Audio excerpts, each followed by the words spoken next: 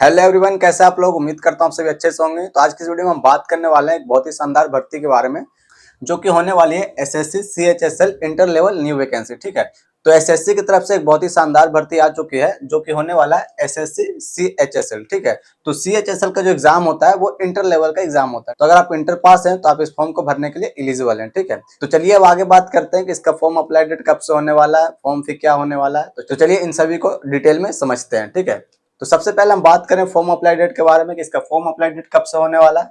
तो 23 जून से आपका फॉर्म अप्लाई होना स्टार्ट हो जाएगा और 18 जुलाई तक आपके फॉर्म भरे जाएंगे। ठीक है, 23 जून से 18 जुलाई तक आपके फॉर्म भरे जाएंगे। ठीक, और फॉर्म फी की बात करेंगे, फॉर्म फी क्या होने वाला है। तो जनरल ओबीसी और ईडब्ल्यूएस के लिए 100 रुपए फॉर्म फी लगेंगे। ठीक है, जनरल ओबीसी ईडब्ल्यूएस के लिए 100 रुपए फॉर्म फी लगेंगे। और अदर कैटेगरी, चाहे आप किसी भी कैटेगरी से बिलोंग करते हो, एससी एसटी, तो आपको 1 रुपए भी फॉर्म फी नहीं लगेगी। चलिए अब आगे बात करते हैं एग्जाम डेट के बारे में। ठीक, तो जैसा कि नोटिफिकेशन के द्वारा ये बताया गया है कि 8 सितंबर से आपका एग्जाम स्टार्ट हो जाएगा और 18 सितंबर तक आपके एग्जाम होंगे। तो चलिए अब आगे बात करते हैं एज काउंट के बारे में। ठीक है, कि एज काउंट कब से होगी आपकी। तो 1/8/2025 से आपका एज काउंट होगा। ठीक, और एज लिमिट की बात करें कि एज लिमिट क्या है, तो 18 से 27 वर्ष तक इसका एज लिमिट। अगर आप 18 साल के हो चुके हैं तो आप इस फॉर्म को भर सकते हैं। तो मिनिमम एज है 18 साल और मैक्सिमम है 27 साल। तो 18 से 27 साल ये जो है ये जनरल कैटेगरी वालों के लिए। तो अगर आप किसी और कैटेगरी से बिलोंग करते हैं तो आपको रिलैक्सेशन देखने को मिल जाएगा। ठीक है, आपको छूट मिल जाएगी।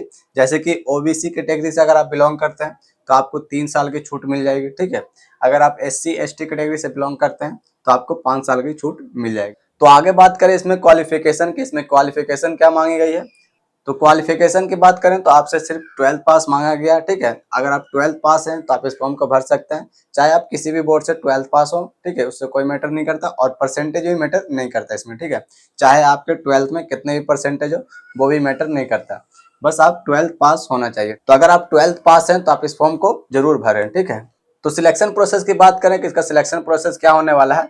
तो सबसे पहले आपका रिटन एग्जाम होगा। ठीक है, उसके बाद आपका टाइपिंग होगा। ठीक है, तो पहला रिटन एग्जाम और दूसरा टाइपिंग। तो रिटन एग्जाम में आपके 2 एग्जाम होंगे। ठीक है, पहला होगा टीयर 1 और दूसरा होगा टीयर 2। ठीक है, टीयर 1 टीयर 2 क्या है, तो इन सभी को थोड़ा डिटेल में समझते हैं। तो टीयर 1 की सिलेबस की बात करें तो टीयर 1 का जो सिलेबस है उसमें आपके 100 क्वेश्चन पूछे जाएंगे। ठीक है, और 200 नंबर के पेपर होंगे और 60 मिनट का समय होगा और उसमें 0.5 का नेगेटिव मार्किंग होंगे। ठीक है, तो टीयर 1 में सब्जेक्ट की बात करें कि कौन कौन सब्जेक्ट से क्वेश्चन पूछे जाएंगे। तो इंग्लिश से 25 क्वेश्चन पूछे जाएंगे। ठीक है, इंग्लिश से 25 क्वेश्चन पूछे जाएंगे और जीके जीएस से 25 क्वेश्चन पूछे जाएंगे। ठीक है, और रीजनिंग से 25 क्वेश्चन पूछे जाएंगे। रीजनिंग और मैथ से 25 क्वेश्चन पूछे जाएंगे। ठीक, तो इन चारों सब्जेक्ट से 25-25 क्वेश्चन पूछे जाएंगे। तो टोटल क्वेश्चन होंगे 100 क्वेश्चन होंगे और 200 नंबर के पेपर होंगे। ठीक है, आपको 1 घंटे का समय मिलेगा एग्जाम को करने के लिए और इसमें 0.5 की नेगेटिव मार्किंग होगी। जो टीयर 2 का जो एग्जाम होने वाला है वो 2 सेशन में बटे हुए हैं। ठीक है, तो सेशन 1 में आपका सेक्शन वाइज एग्जाम होंगे। ठीक है, जैसे कि सेक्शन 1 में आपसे 2 सब्जेक्ट के बारे में पूछा जाएगा। ठीक है, तो मैथ से 30 क्वेश्चन पूछे जाएंगे और रीजनिंग से 30 क्वेश्चन पूछे जाएंगे। ठीक है, टोटल 60 क्वेश्चन पूछे जाएंगे और जो कि 180 नंबर के पेपर होंगे। ठीक है, जिसमें आपको 1 घंटे का टाइम मिलेगा। ठीक है, तो सेक्शन 2 में भी 2 ही सब्जेक्ट का पेपर होगा। ठीक है, तो इसमें इंग्लिश से 40 क्वेश्चन पूछे जाएंगे और जीए से 20 क्वेश्चन पूछे जाएंगे। तो इंग्लिश से 40 क्वेश्चन पूछे जाएंगे और जीए से 20 क्वेश्चन पूछे जाएंगे। ठीक है, तो टोटल क्वेश्चन इसमें भी 60 ही होने वाला है। तो इसमें भी टोटल 180 नंबर ही होंगे। ठीक है, इसमें भी आपको 1 घंटे का समय मिलेगा। और सेक्शन 3 की बात करें तो सेक्शन 3 आपका कंप्यूटर का एग्जाम होगा। ठीक है, 15 क्वेश्चन होंगे 15 नंबर का। ठीक है, इसमें 15 मिनट का समय मिलेगा।